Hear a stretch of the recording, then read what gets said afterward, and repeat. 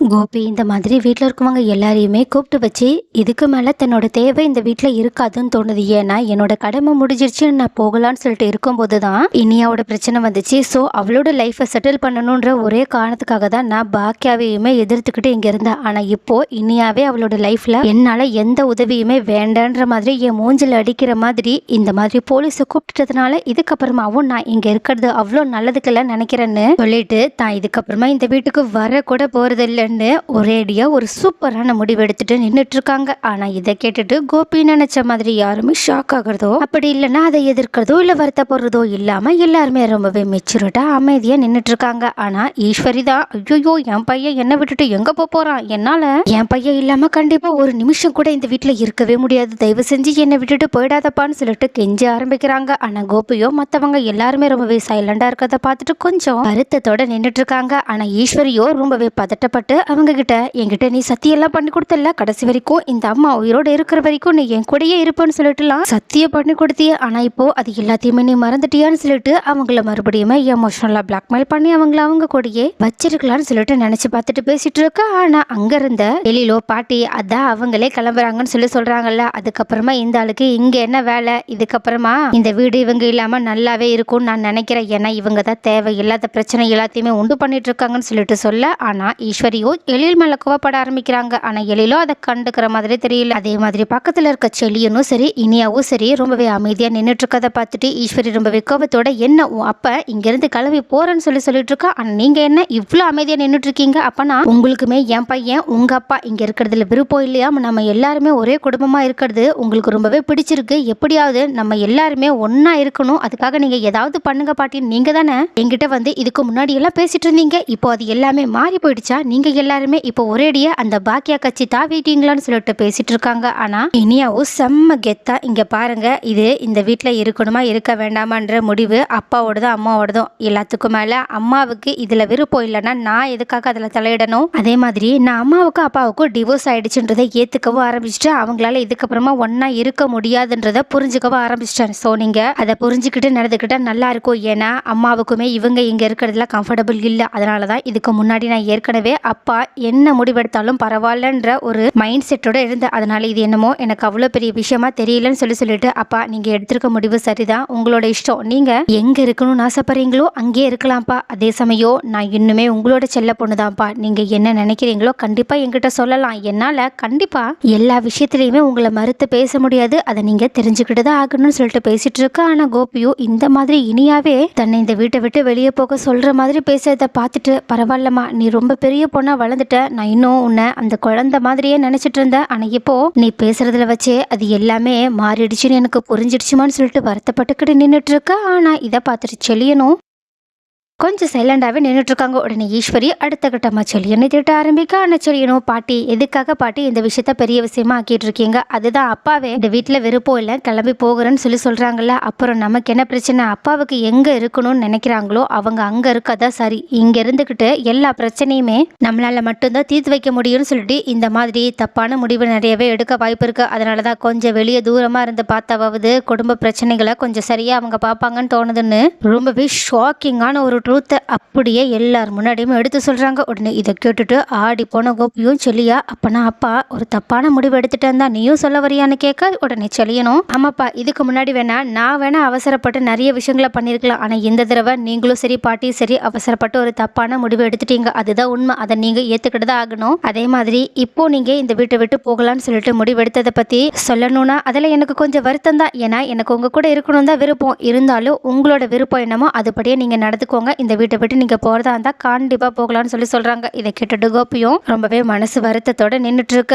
ஆனா ஈஸ்வரியோ என்னடா உங்க எல்லாருமே சேர்த்து வைக்கிறதுக்காக உங்க அப்பா உங்க எல்லாரையுமே இங்க கூட்டிட்டு வந்திருக்கா, ஆனா நீங்க எல்லாரும் ஒன்னா சேர்ந்து உங்க அப்பவனைய வெளியே துரத்த பாக்குறீங்களே, கொஞ்சம் கூட உங்க யாருக்குமே மனசாட்சி பந்த பாஷம்லாம் கிடையாதான்னு சொல்லிட்டு பேச ஆரம்பிக்கிறாங்க. ஆனா எழிலோ இங்க பாருங்க பாட்டி தேவையில்லாம ஒரு சாதாரண விஷயத்த பெருசாக்கிட்டு இருக்காதீங்கன்னு சொல்லிட்டு எனக்கு வேலை இருக்குன்னு சொல்லிட்டு அவங்க அங்க இருந்து ரொம்பவே கேஷுவலா போகிறாங்க. ஆனா ரொம்பவே நல்ல நல்லதா போச்சு கோபி சார். உங்களால இந்த வீட்ல இப்பதான் கொஞ்சம் நிம்மதியா என்னால இருக்க முடியும்னு தோணுது. ஸோ தயவு செஞ்சு சீக்கிரமா நீங்க சொன்ன டைம்க்கு கிளம்பிருங்க. எல்லாத்துக்கும் மேல நீங்க கொடுத்த பைசால 2 நாளைக்கு முன்னாடியே நீங்க கிளம்புறனால நான் அந்த பைசாவையுமே உங்களுக்கு கொடுத்துருவேன்னு சொல்லிட்டு அங்கிருந்து கெத்தா தன்னோட ரெஸ்டாரண்ட்டுக்கு கிளம்பி போறாங்க. ஆனா ஈஸ்வரி தான் மண்டைய பிச்சுக்கிற மாதிரி அடுத்து கோபியை இந்த வீட்டை விட்டு போக விடாம பண்றதுக்காக என்ன பண்ணலாம்னு சொல்லிட்டு பிளான் போட்டுட்டு இருக்காங்க. ஆனா கோபியோ இதுக்கு மேலேயும் இவ்வளோ அவமானத்துக்கு அப்புறமாவும் இந்த வீட்டில் நம்ம ஒரு நிமிஷம் கூட இருக்கக்கூடாதுன்னு சொல்லிட்டு தன்னோட திங்ஸ் எல்லாத்தையுமே பேக் பண்ணிக்கிட்டு இருக்காங்க. ஆனா இதை பார்த்துட்டு ஈஸ்வரி ரொம்பவே வருத்தப்பட்டு சென்டிமெண்ட்டா மறுபடியுமே கோபியோட மனசை மாத்துறதுக்காக பேசிட்டு இருக்காங்க. ஆனா கோபியோட மனசு மாறுற மாதிரி கொஞ்சம் கூட தெரியவே இல்லை. ஆனா இன்னொரு பக்கமும் ரூம்குள்ள இருக்க இனியாவோ செம்ம டென்ஷனோட இருக்காங்க. அப்ப கரெக்டா அங்க போன எழிலோ இனியா கிட்ட, இனியாமா என்னாச்சு, எதுக்காகமா ரொம்பவே டென்ஷனா இருக்க மாதிரி தோணுது, ஏதாவது பிரச்சனையான்னு கேட்க உடனே இனியாவும் கொஞ்சம் தயக்கத்தோட நின்றுட்டு இருக்காங்க. ஆனா இதை புரிஞ்சுக்கிட்ட எழிலும்,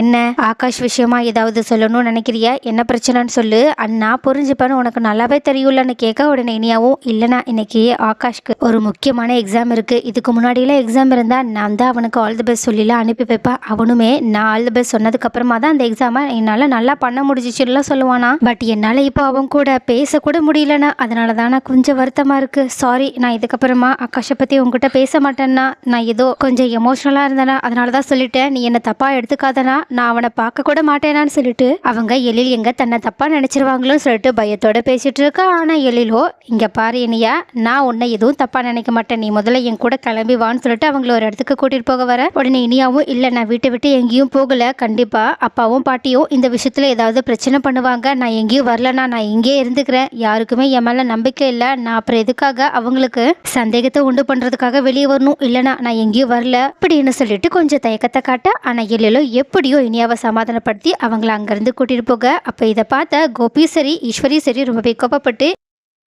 எழில்கிட்ட, இப்போ எதுக்காக அவளை வெளியே கூட்டிகிட்டு போகிறேன்னு சொல்லிட்டு கேட்குறாங்க. ஆனால் எழிலோ, என் தங்கச்சியை நான் எங்கே வேணாலும் கூட்டிகிட்டு போவேன்னு சொல்லிட்டு அவங்க 2 பேரையுமே நோஸ் கட் பண்ணுற மாதிரி பேசிட்டு இனியாவை வெளியில் கூட்டிகிட்டு போகிறாங்க. அப்போ இனியாவோ எழிலன்னா தன்னை எங்கே தான் கூட்டிகிட்டு போகிறாங்கன்னு தெரியலையேன்னு சொல்லிட்டு சந்தேகத்தோடு இருக்கும்போது கரெக்டாக அவங்க கார் எடுத்துக்கிட்டு செல்வியோட வீட்டு வாசலில் இனியாவை இறக்கி விடுறாங்க. அப்போ இதை பார்த்துட்டு இனியா ரொம்பவே ஷாக்கோட, அண்ணா இது யாரோட வீடுன்னு உனக்கு தெரிஞ்சதா, என்னை இங்கே கூட்டிகிட்டு வந்தியானா, இது ஆகாஷோட வீடுனா அப்படின்னு சொல்கிறாங்க. உடனே எழிலும், அது எனக்கு நல்லாவே தெரியும், நீ முதல்ல என் கூட வான்னு சொல்லிட்டு அவங்கள உள்ள கூப்பிட. ஆனா இனியாவோ உள்ள வர்ற மாதிரியே தெரியல. அதனால முன்னாடி போன எழிலோ ஆகாஷை பார்த்து நலம் விசாரிச்சுட்டு இருக்க. அப்ப ஆகாஷும் எழில் கிட்ட நல்லபடியா பேசிட்டு இருக்காங்க. எழிலுமே, நீ இந்த எக்ஸாம்ல நல்லபடியா பண்ணணும், அதை தான் இனியாவுமே விரும்புறான்னு சொல்லிட்டு இருக்காங்க. அப்ப இதை கேட்ட ஆகாஷும், அப்ப இனியா நல்லா இருக்காளா அப்படின்னு இனியாவை பத்தி விசாரிக்க ஆரம்பிக்க. அப்ப கரெக்டா வெளியே நின்றுட்டு இருந்த இனியாவுமே ஆகாஷ் தன்னை பத்தி விசாரிக்கிறத கேட்ட உடனேயே மனசு தாங்க முடியாம உடனடியா உள்ள வரலான்னு சொல்லிட்டு யோசிச்சுட்டு இருக்கா. அப்ப கரெக்டா இதை புரிஞ்சுக்கிட்ட எழிலோ, இனியா உள்ளவா அப்படின்னு கூப்பிடுறாங்க. உடனே இனியாவும் கொஞ்சம் தன்னோட மனசை கட்டுப்படுத்திக்கிட்டு உள்ள வர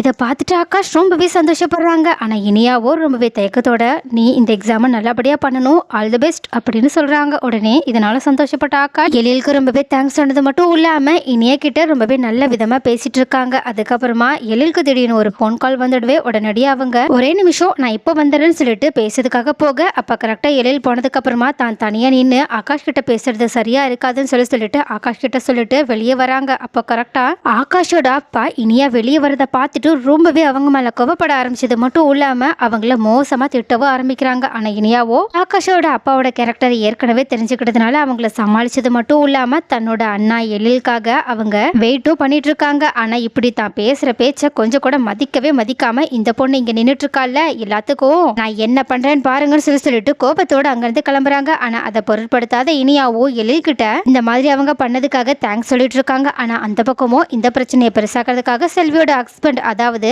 ஆகாஷோட அப்பா உடனடியா கோபியோட வீட்டு வாசல் முன்னாடி நின்று ரொம்பவே மோசமா சத்தம் போட ஆரம்பிக்கிறாங்க. இதை பார்த்துட்டு வெளியே கோபத்தோட வந்த ஈஸ்வரியும் என்னன்னு சொல்லிட்டு கேட்க, உடனே ஆகாஷோட அப்பாவும், உன் பொண்ண உங்களால நான் யாரு என்னெல்லாம் பார்க்க மாட்டேன், உண்டு இல்லைன்னு பண்ணிடுவேன்னு சொல்லிட்டு கோபியை கண்டபடி திட்டிட்டு போறாங்க. அப்ப கரெக்டா இந்த மாதிரி மோசமா செல்வியோட ஹஸ்பண்ட் பேசிட்டு இருக்கிறது எல்லாத்தையுமே தெருவில் இருக்கவங்க அத்தனை பேருமே கோடி நின்று கேட்டது மட்டும் இல்லாமல் ஒருத்தருக்கு ஒருத்தர் காசிப்புமே பேசிட்டு இருக்காங்க. இதை பார்த்துட்டு ஈஸ்வரி செம்ம ஆத்திரத்தோட அந்த இனியா வரட்டும் அவளுக்கு இருக்குன்னு சொல்லிட்டு நின்றுட்டு இருக்காங்க. அப்போ கரெக்டாக எழிலுமே இனியாவே வீட்டு வாசலில் ட்ராப் பண்ணிட்டு, எனக்கு ஒரு முக்கியமான வேலை, நீ உள்ள போ, நான் வந்துடுறேன்னு சொல்லிட்டு வெளியே கிளம்பி போயிடுறாங்க. அப்போ கரெக்டாக உள்ள வர்ற இனியாவை பார்த்தா கோபியுமே அங்கேயே நில்லு, நீ எங்க போயிட்டு வந்துட்டு இருக்கன்னு சொல்லிட்டு கோபத்தோட திட்ட ஆரம்பிக்க உடனே இனியாவும் ரொம்பவே தைரியத்தோட தான் எந்த தப்பு பண்ணலன்ற குற்ற உணர்ச்சி இல்லாததுனால அவங்க கிட்ட நான் ஆகாஷ் வீட்டுக்கு போயிட்டு வரேன்னு சொல்லிட்டு சொல்றாங்க. இதை கேட்டுட்டு ஈஸ்வரி ரொம்பவே கோபப்பட்டு இனியாவோட கண்ணத்துல பல்லான்னு ஒரு அறைய விடுறாங்க. இதனால ஷாக்கான இனியாவும் அப்பா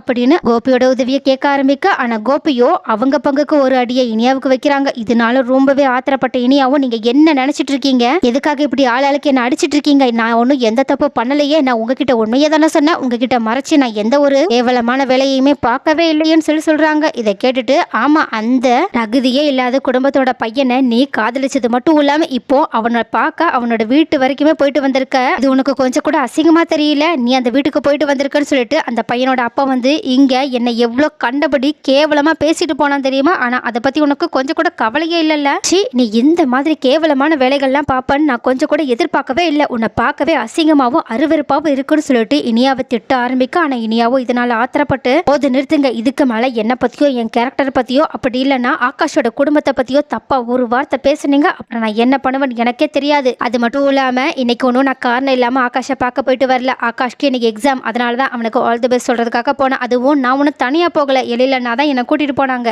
ஏன் எழிலண்ணா கூட இருக்கும்போது மட்டும்தான் நான் ஆகாஷ் கிட்ட பேச கூட செஞ்சேன், அதுக்கப்புறமா அவங்கிட்ட நான் குட் பை தான் சொல்லிட்டு வந்தேன் தெரியுமா, ஆனா உங்களுக்கு என்ன பத்தி கொஞ்சம் கூட தெரியவே இல்லைல்ல, என்னமோ என்ன பார்த்தா அருவருப்பா இருக்கு கேவலமா இருக்குன்னு சொல்றீங்க, இதுக்கு முன்னாடி நீங்க பார்த்த வேலைகள் எல்லாத்தையுமே நீங்க மறந்துட்டீங்களா என்ன, ஏதோ என்னால மட்டும்தான் புதுசா இந்த குடும்பம் எல்லாரும் முன்னாடியுமே அவமானப்படுற மாதிரி பேசிட்டு இருக்கீங்க, உங்களால நாங்க பட்ட அவமானம் இன்னும் யார் மனசுல இருந்து போகல, அது உங்களுக்கு புரிஞ்சிருந்தா கொஞ்சம் நல்லா இருக்கும், நீங்க இந்த குடும்பத்தோட மானத்தை பத்தி கவலைப்படுற ஆளா இருந்திருந்தா இதுக்கு முன்னாடி உங்களோட காதலுக்காக நீங்க என்னையோ அம்மாவையோ அவமானப்படுத்திட்டு ஒரு நாளும் போயிருக்க மாட்டீங்க, உங்களுக்கு அப்ப மட்டும் உங்களோட காதல் பெருசா போயிடுச்சு, ஆனா இப்போ என் காதல் உங்களுக்கு கேவலமா போயிடுச்சா, இப்ப நான் சொல்றேன் இதுக்கு மேல என்ன பத்தியோ ஆகாஷ பத்தியோ எங்களுக்குள்ள இருக்க காதலை பத்தியோ நீங்க கொச்சப்படுத்துற மாதிரி ஒரு வார்த்தை பேசுனீங்க அப்புறம் நான் உங்களுக்கு பொண்ணா நடந்துக்கவே மாட்டேன், அது மட்டும் இல்லாம எனக்கு அப்பாவா இருக்கிற தகுதியையும் எனக்கு பாட்டியா இருக்கிற தகுதியையும் நீங்க எப்பவோ இழந்துட்டீங்கன்னு சொல்லிட்டு இதுக்கு மேல நீங்க என்ன அவமானப்படுத்துறது, நான் உங்ககிட்ட இனிமே பேசக்கூட மாட்டேன், ஏன்னா உங்களை மாதிரி ஒரு கீழ்த்தனமான